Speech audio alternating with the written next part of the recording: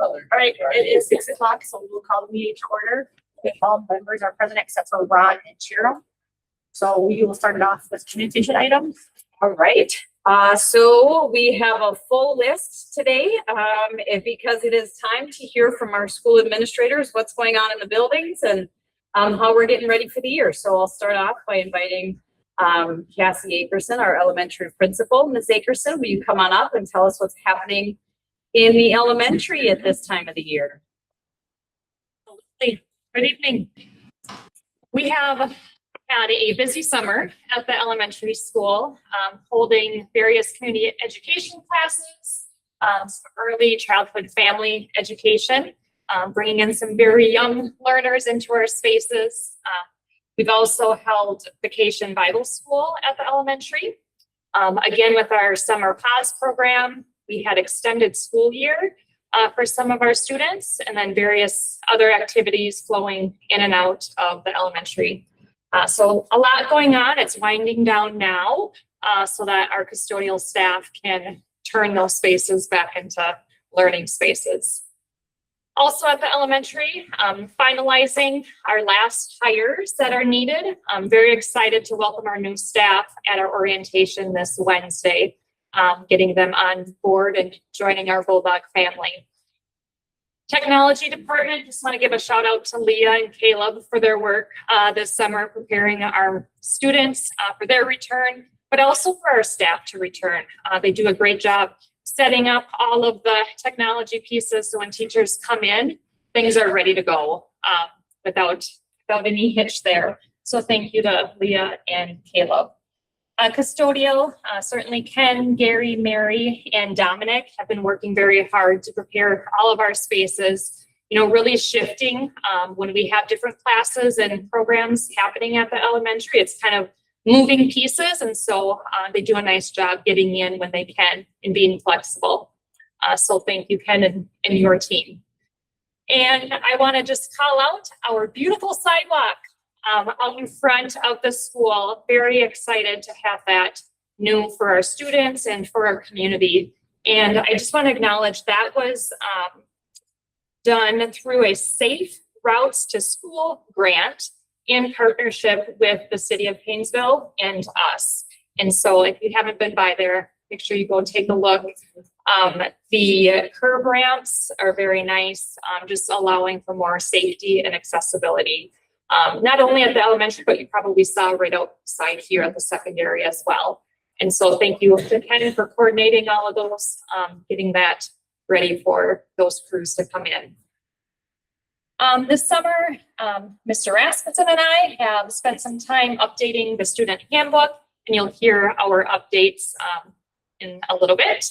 Other highlights, we've got the supply list for families. I did want to bring attention to our Impacts. Impacts is a company that provides families an opportunity to order their supplies through their website.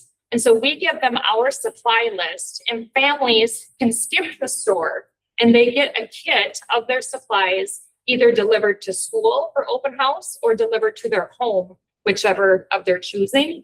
We had over 60 families 60 kits purchased through Impacts, which has been an increase over the years. So that's been a great opportunity for our families.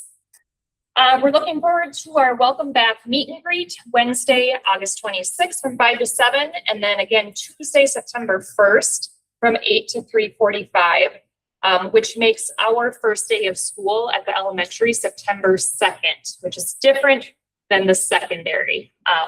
That gives us another day to meet with our families. And so our meet and greet is set up like conferences. Families will sign up to meet with their classroom teachers, get connected with Paynesville Motor and Transfer. We've got food service and health office all set up in the cafeteria for families to get connected with who they need to connect with.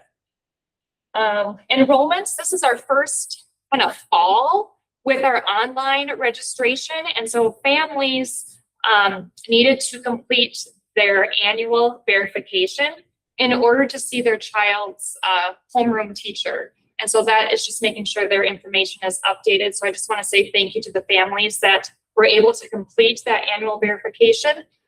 That's all done online versus paper pencil like the past. In other news, this year we will be implementing Minnesota Reveal by McGraw-Hill as our new math curriculum, which is aligned to the new Minnesota State math standards. And so the elementary and secondary math committees have worked hard over the last year or so to participate in our review process to bring that forward to the district advisory committee, talking about the shift in standards and then aligning our district resources to teach math to meet those standards. And so we're excited. Those materials are trickling in. And so we'll be providing that training here during workshop week and also throughout the school year as ongoing professional development. My purpose statement for the year is staying the same. I do feel that this one really spoke to me and speaks who I am. And that is, again, to live with authenticity and optimism, serving and empowering others to create a positive impact. And so while I'm doing that this year as elementary principal, I do have goals that I'm working on. Jesse and I have spent a lot of time talking about goals for the school year and reflecting on our strategic plan and other school-related goals at both of our levels. And so you can see just an overview of some of my goals and bringing back the School of Excellence piece as well, because we identified areas for growth and areas that we want to maintain through that process. So I don't want that to be on the back burner. That joins nicely with our strategic plan. With that, I've got a couple visuals for families to see with our meet and greet and with our first day back to school.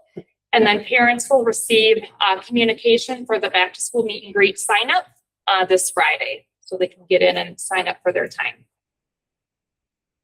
With that, I would. Educational benefits, has that increased yet, or haven't you seen the fruits of that? It's hard with family signed up for that.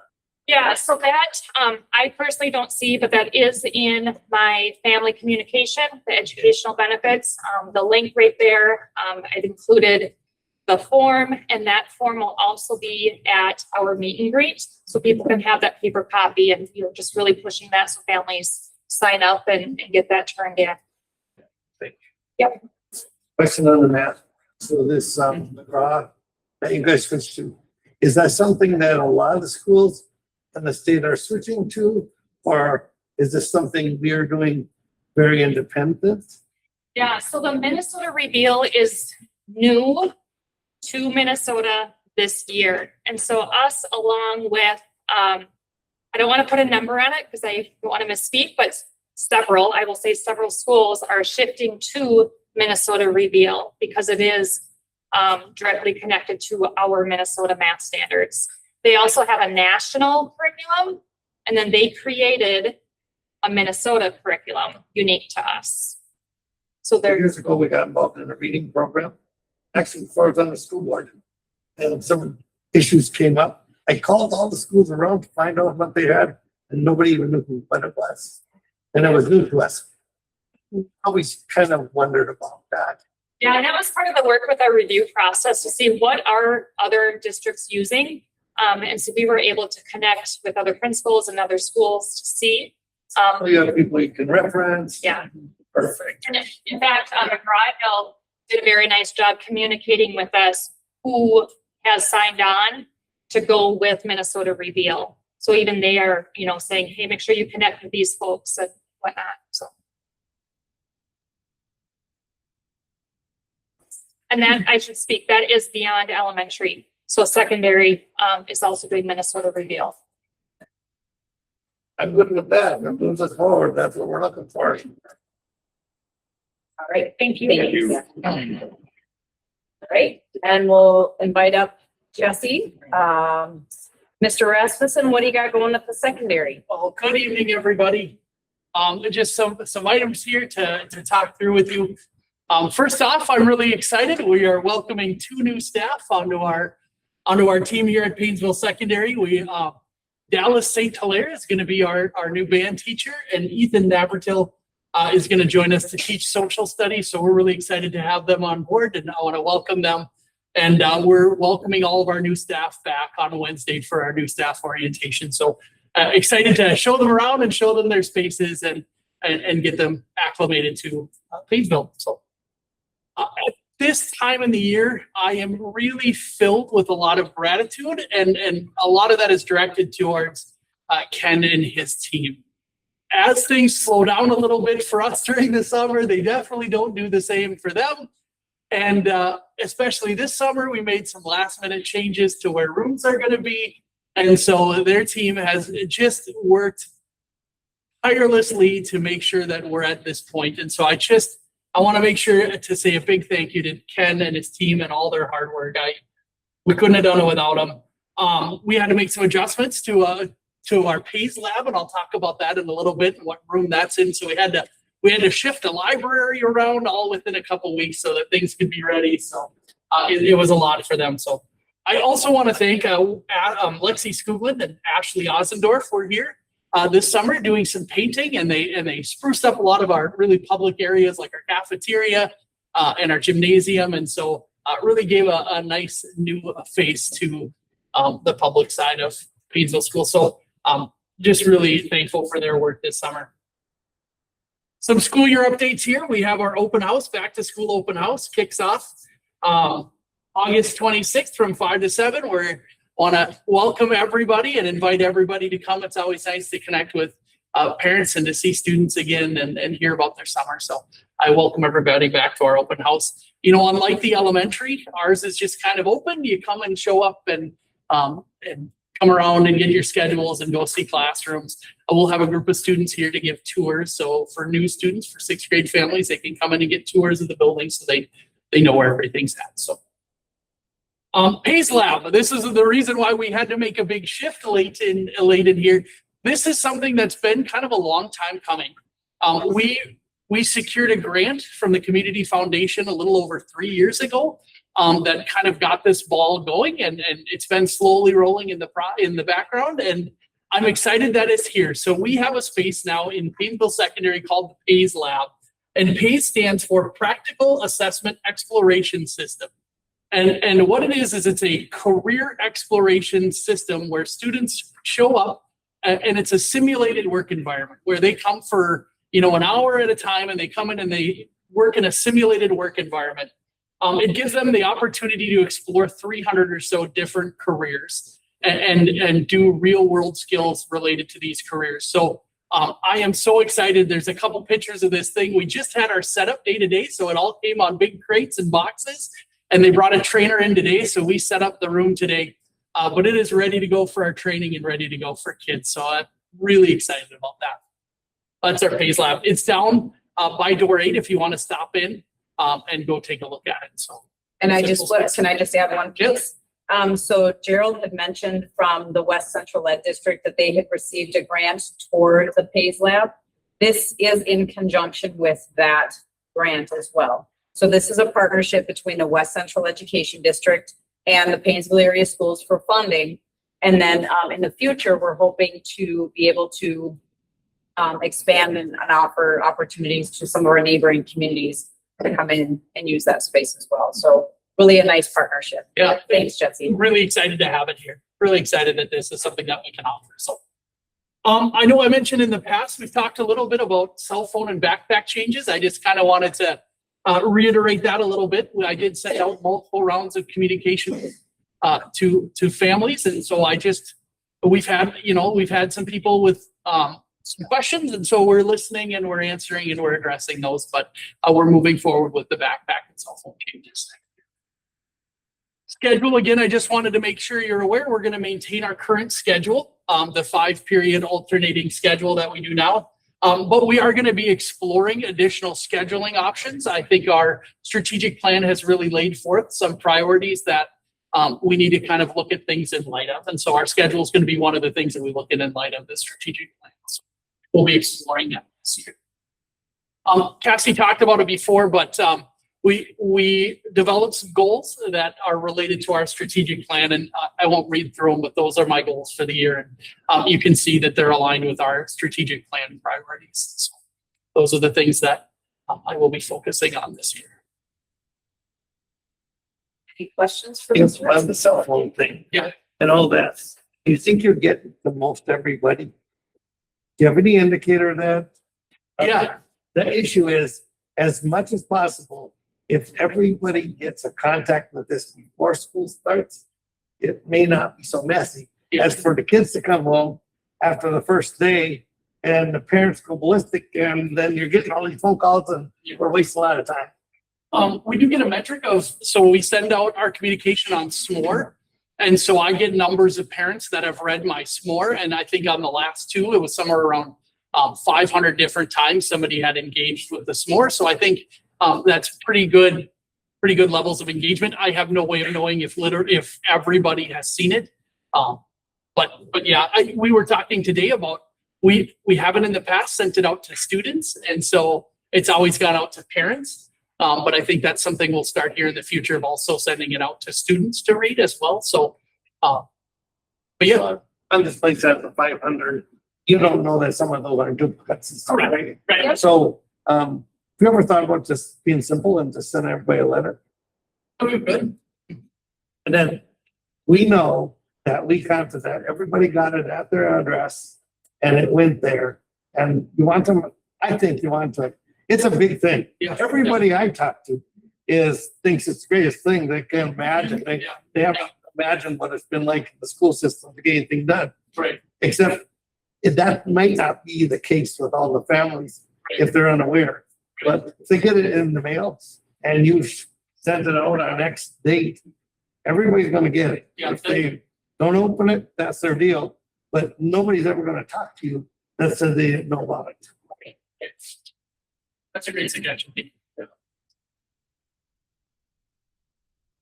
Everybody in the whole nation's doing it. It's, It's hit pretty, it was pretty exciting. Yeah. Well, very good. all right. Thank you. Thank you. Thanks, Mr. Rasmussen. All right. It's kind of a slow time of the year for activities, but. Yeah, not much going on. All before the storm. Yeah, Mr. Hendrickson, what do you got going on? Yeah, so normally, on most years, sports and activities would get started today, but because of the late Labor Day this year, the State High School League made a decision last fall to push the whole calendar back 1 week.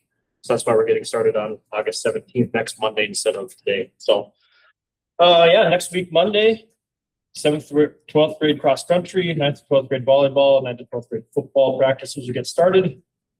And then junior high football and junior high volleyball will start on the first day of school like they've always done. Chris Wolfel, Tim Patron, Nicole Humbert all returning as head coaches of their respective programs.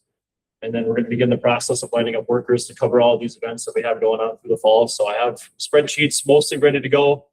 And then Cassandra and I will work together on getting those positions all filled for the whole fall season. Homecoming this year is going to be on September 27th.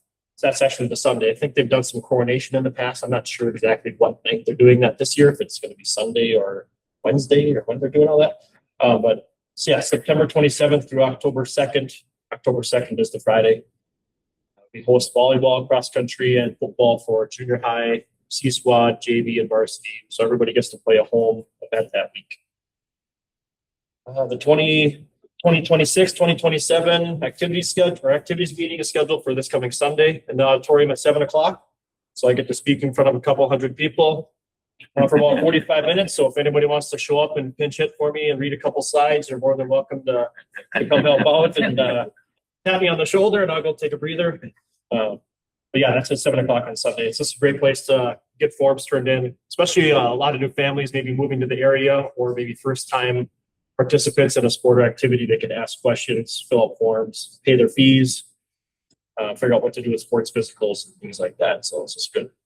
I usually bring Cassandra a nice big pile of forms and fees the next day. So she's happy to get them all at one time and not kind of trickling here and there throughout the school day. And then, yeah, all those forms and fees, physicals can also be paid online or in the high school office there. Lastly, we have a new place to find all of our sports and activity schedule. It's called Bound. You may have seen some of the new communication that's gone out with our school Facebook pages and Instagram and whatever else. So it's a new platform. Most of the schools in the high school league are switching to that. It's just it's kind of a new thing. It's actually a platform that was created by former activities directors for activities directors and schools. So it's really, feedback I've gotten has really been overwhelmingly positive as far as how easy it is to navigate, where to find links. And we're still learning a lot of new things too. Cassandra and I just had a meeting last week, Wednesday, with one of the reps that we have. So we're still learning, we're still getting things posted, but that's where all the schedules can be found. Yeah, if people have questions, just feel free to reach out. Do you have any questions? That activities meeting, is that 7 through 12? Yep. Okay. Yep. So we encourage all, at least for sure to have the athletes there, and then at least one parent to try to get there. I had a question, but I had a question myself. Just the communication didn't specify 7 to 12.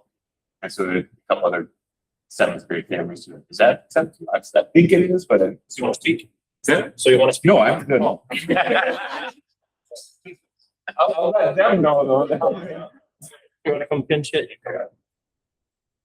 I can't notice one thing, just maybe from the activity side and through our community ed. So the fall brochure had gone out, and there's the page in there that talks about the homecoming.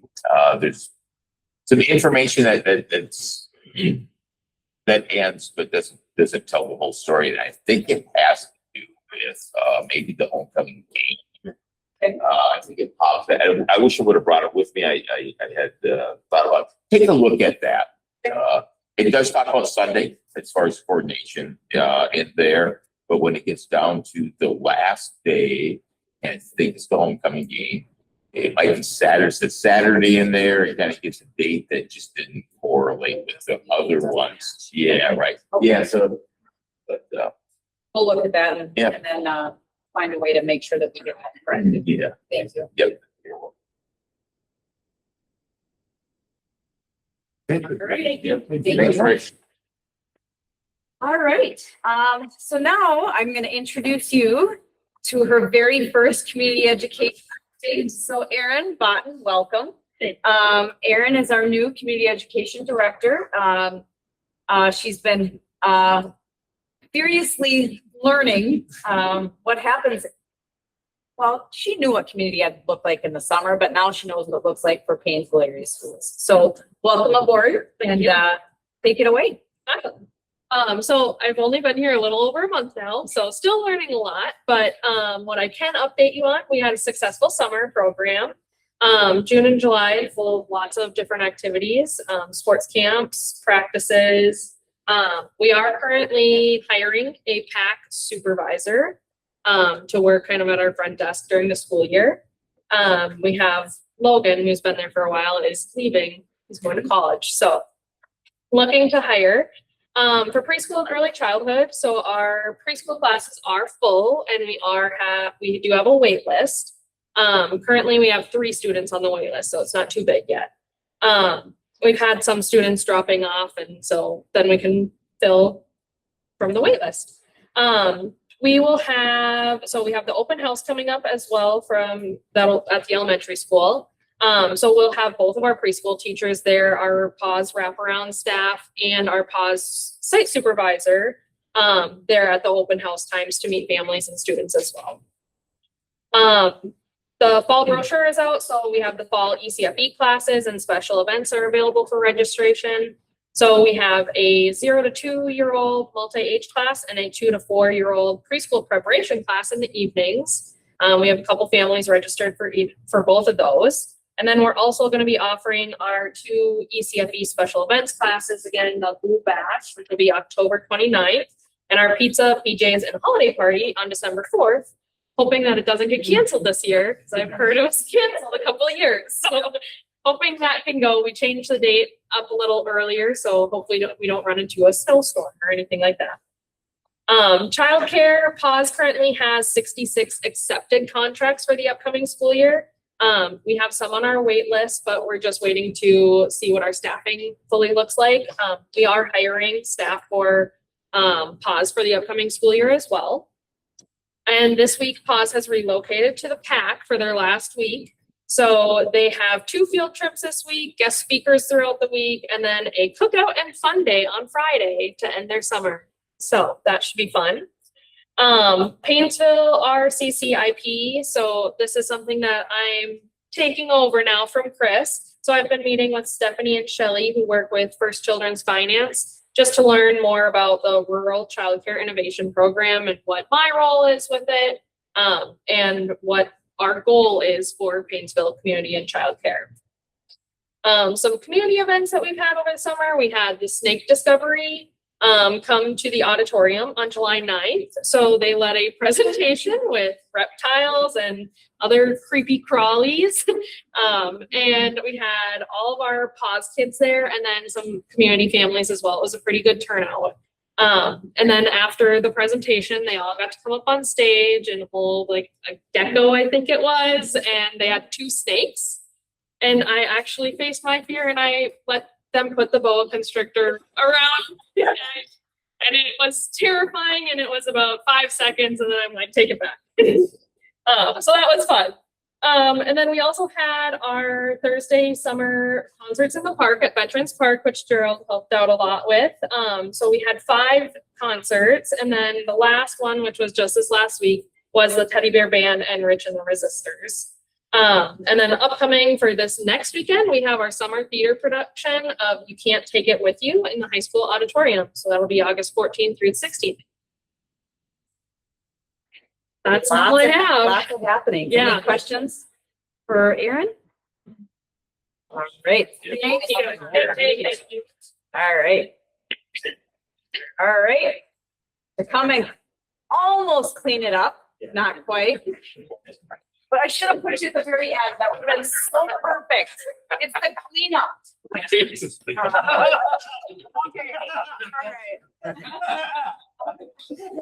All right. I'm sorry. Take it away. So I as well had a lot going on here this last 2 months. First of all, let's talk about the science room a little bit. So the ceiling tiles are coming in tomorrow to finish that all up. And Nate has to come in and do some trim, and then I just got to put the baseboard on, stick on the rubber on the bottom, and that room will be complete. It does need a cleaning.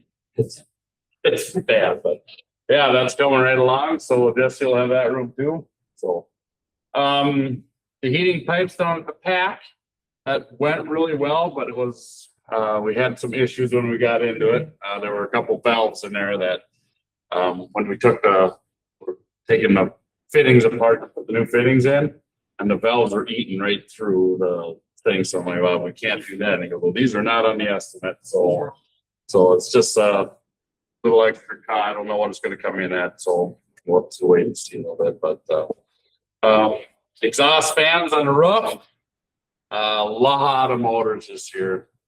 I have a thought on that I don't think they were getting checked properly in years past, but I don't know that for sure.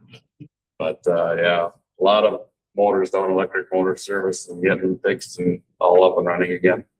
Walk-in freezer, that project went really well. So that's all in, ready to go. So just gotta fire it up now and she needs food in it. So parking lot, I think everybody's seen that. We got just a little bit here, and then once the sidewalk is done at the elementary, we'll get that one done too. So get that all freshened up and looking pretty decent.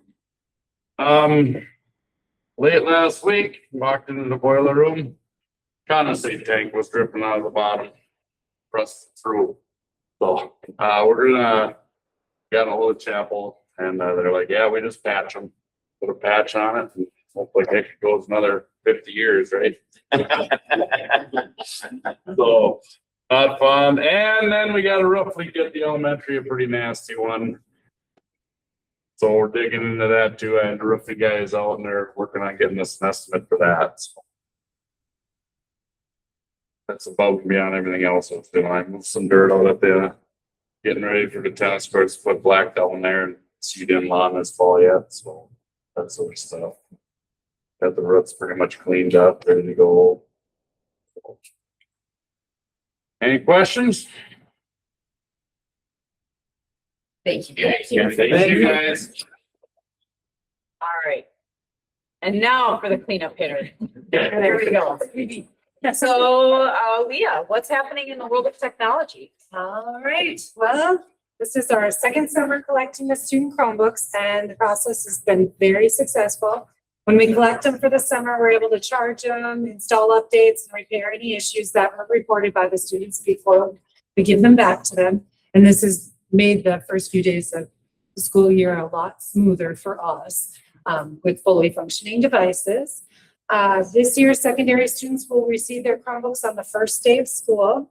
And we're encouraging families to complete their students 26-27 annual update registration through Infinite Campus Parent Portal before the first day of school to help ensure a smooth start to the new year.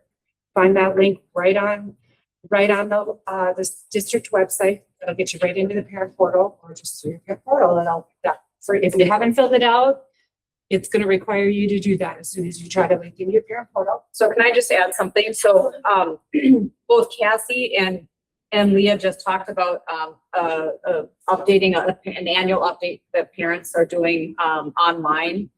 This was one of the features of the online registration that in the past we were tracking down parents to fill out forms and reminding them to go in and update your phone numbers, make sure that there's any changes to any of the student database.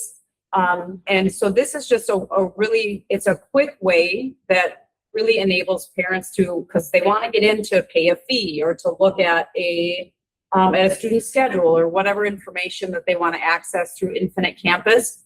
And so that just prompts them to go in and just confirm that everything is right.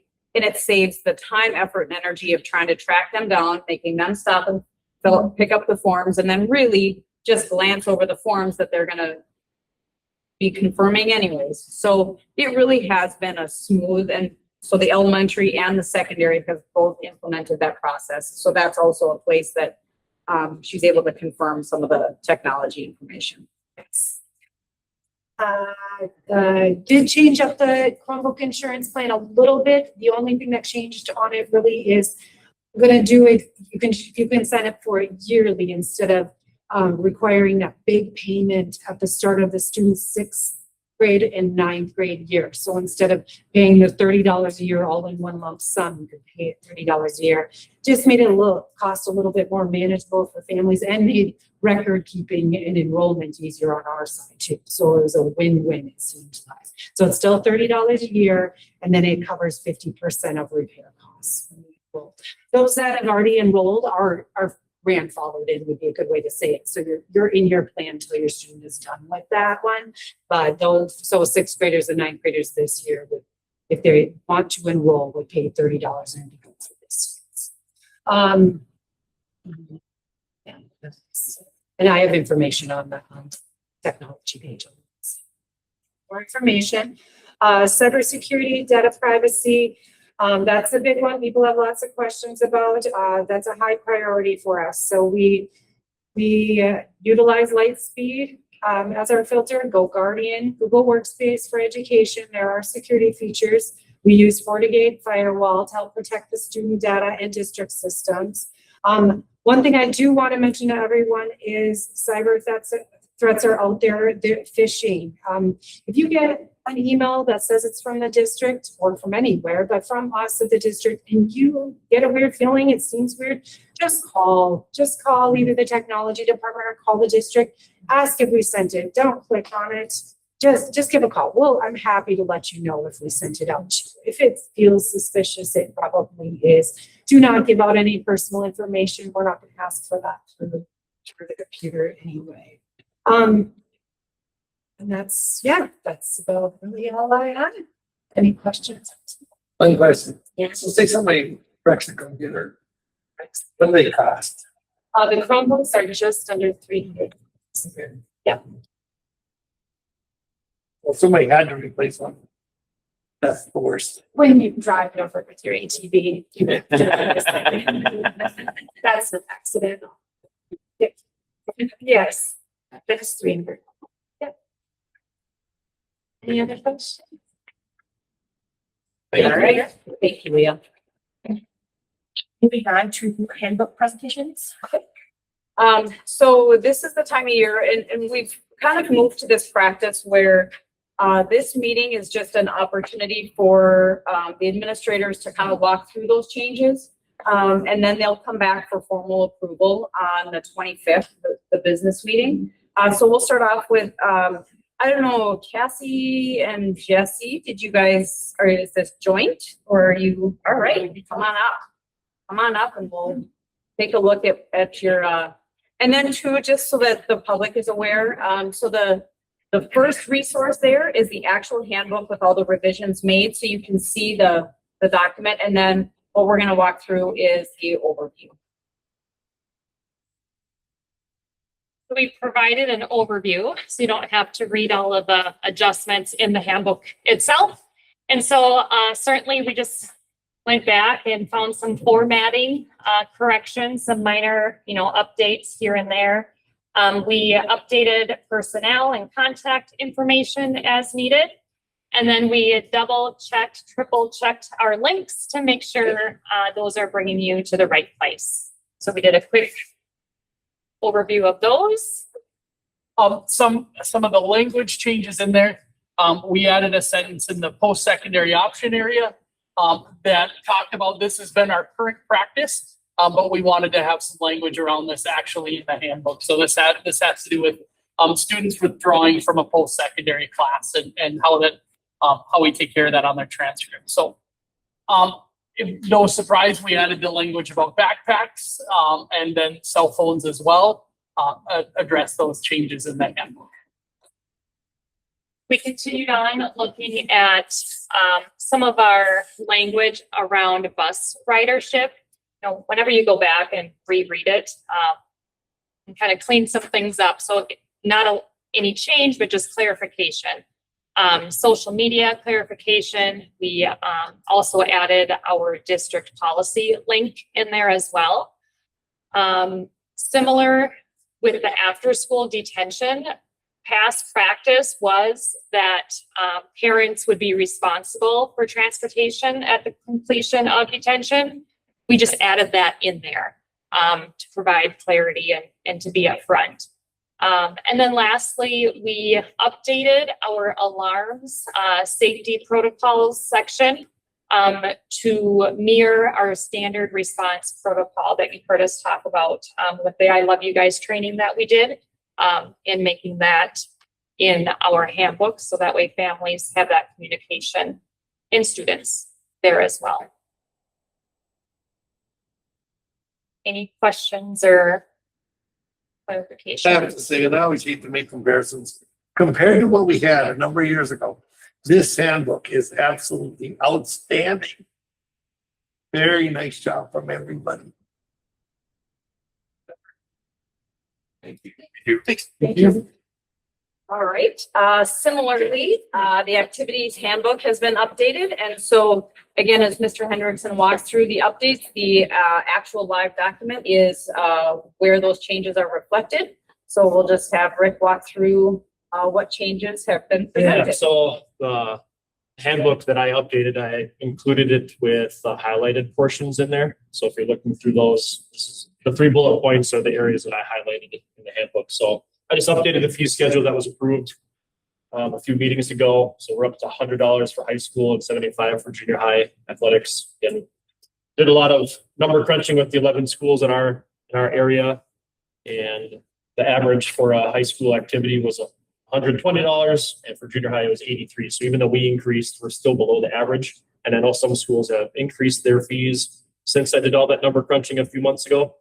So we're actually even probably farther below that average. So, and then gate fees moving up to $8 for adults, $5 for students. Anytime there's a online transaction, there's a 90-cent fee that accompanies that. That'll be put on the consumer. So cash is still $8 and $5 flat. I updated the coaches roster. There's just a little bit of changes that go on with that each year. So I updated that version, and then I updated some language with staff, coach, and advisor communications with parents and students to match the district employees handbook. So yeah, it's pretty good.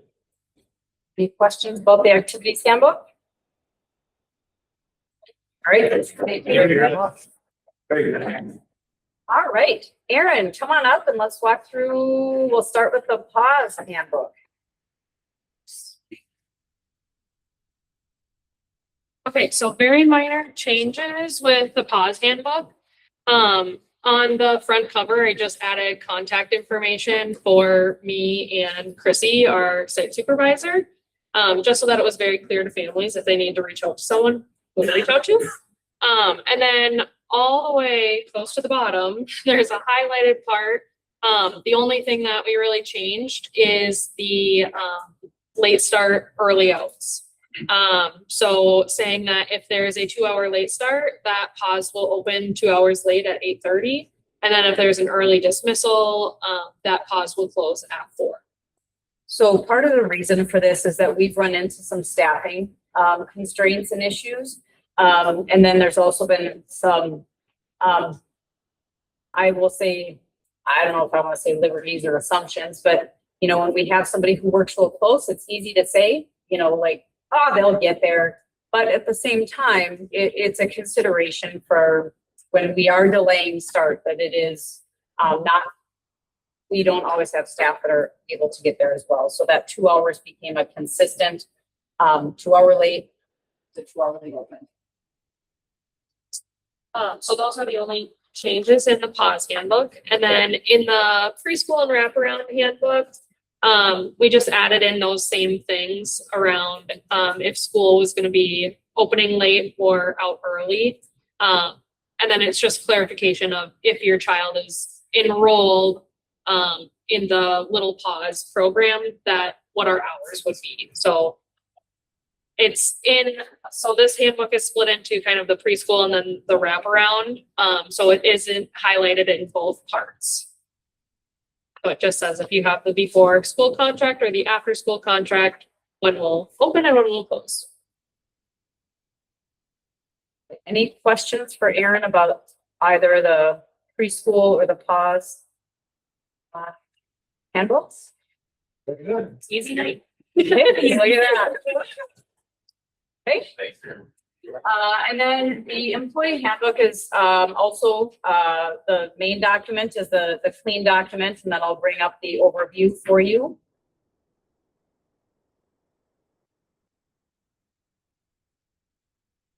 Okay.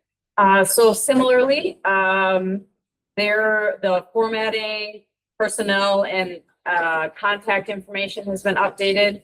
The active links were updated. Where you find those most substantially changing is when there's policies that are changing, because it does link directly to the policy on our website.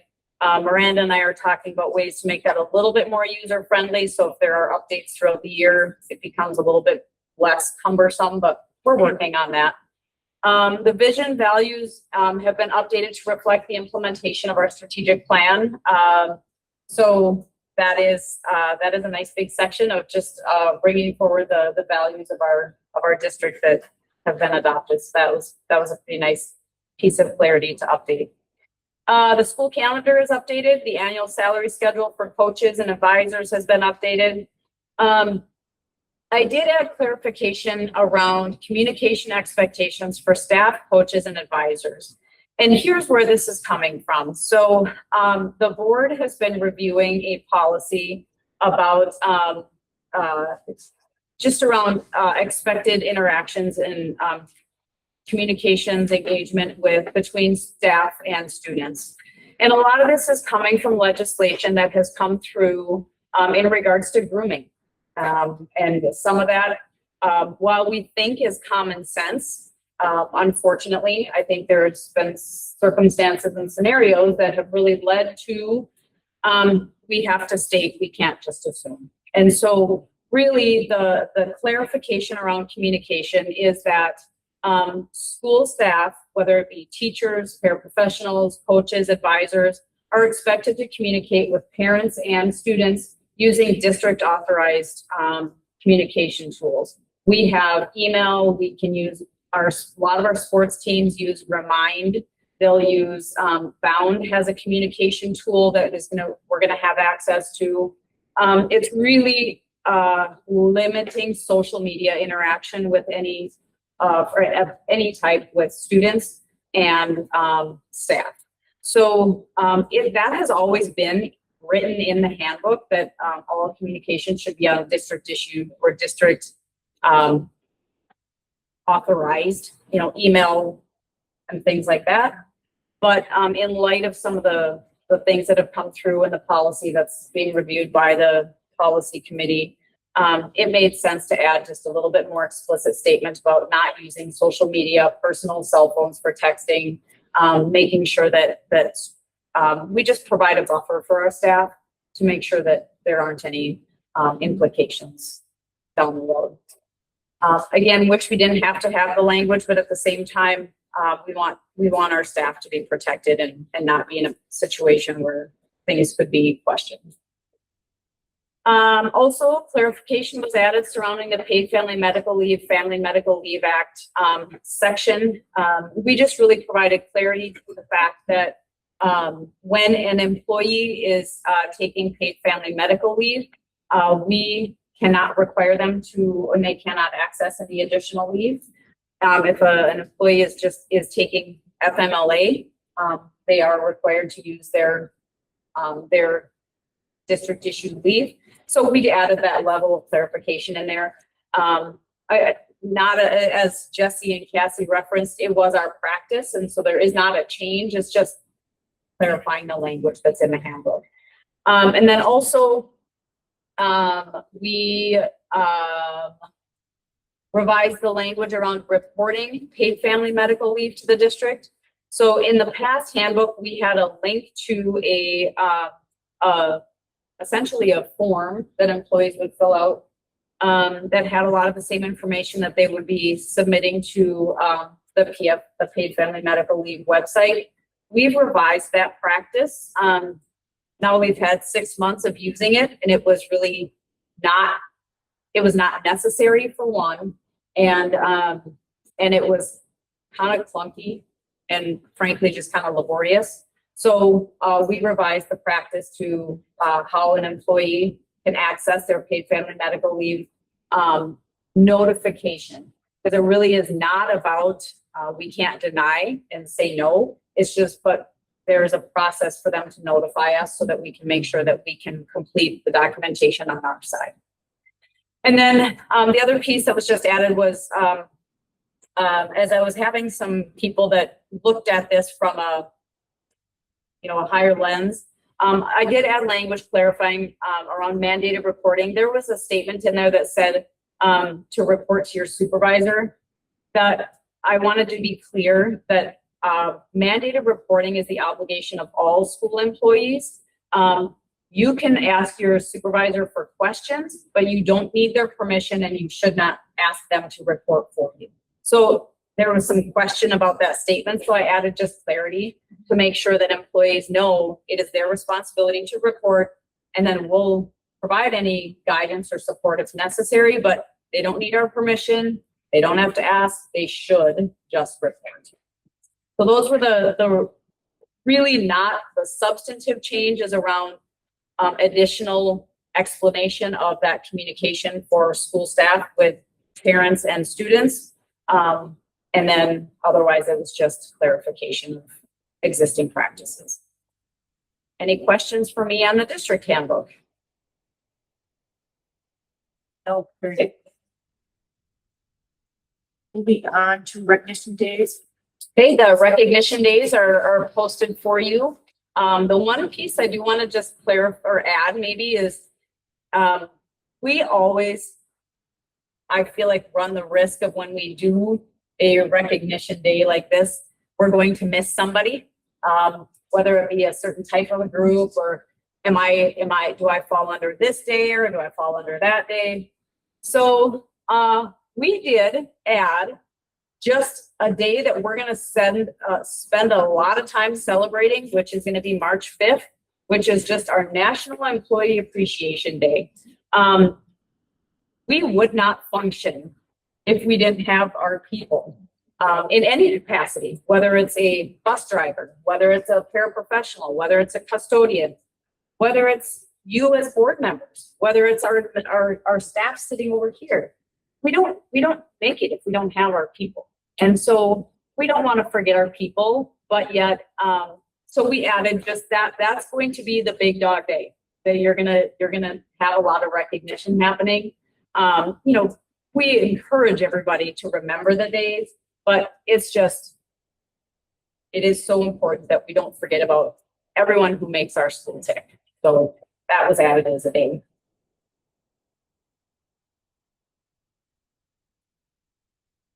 Moving on to request for information roundtable. At the end of last month, so July 29. And the staff development committee. So as the staff start to lay out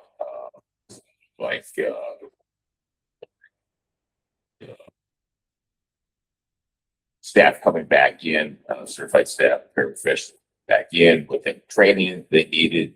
Of course, in all of them, or the way things are laid out, you know, as far as hours that they need for certain things. So it's a great group of people that are on that development committee, laying out that stuff, making sure the staff is ready to roll when the students show up. So policy, I don't know if you guys want to speak to the policy committee that we had the 5th. Well, and we can do committee updates too on at our next board meeting. Well, and we'll have those Yeah, probably we'll have those on. for first cutting too. So. So I'm gonna say what I talked about something. So I just thought to start school. I absolutely love it personally when the kids are coming to tell us what they're up to. Mhm. We've had them here years ago, and I don't know exactly where it's at. We had kids welding like little birds out of little pieces of tin. It was an arts program. That showed up here. We were making duck calls. That showed up here. Just little things. Like we got people in the arts program, obviously doing stuff. It'd be cool if somehow we could get students here somehow. And I know it's extra. They'd have to come in at a different time and all that.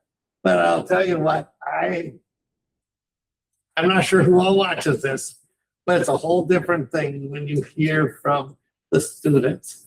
No offense, administration. Yeah, they have so much to tell us, and some of what we bring in, nobody knows that that's going on. Maybe the parents do, but I think people are fascinated when they know what we're doing in this school, and we do a ton more than what it appears. So anyway, I just had to say that again. We're about to start school. It'd be wonderful if the kids could come in.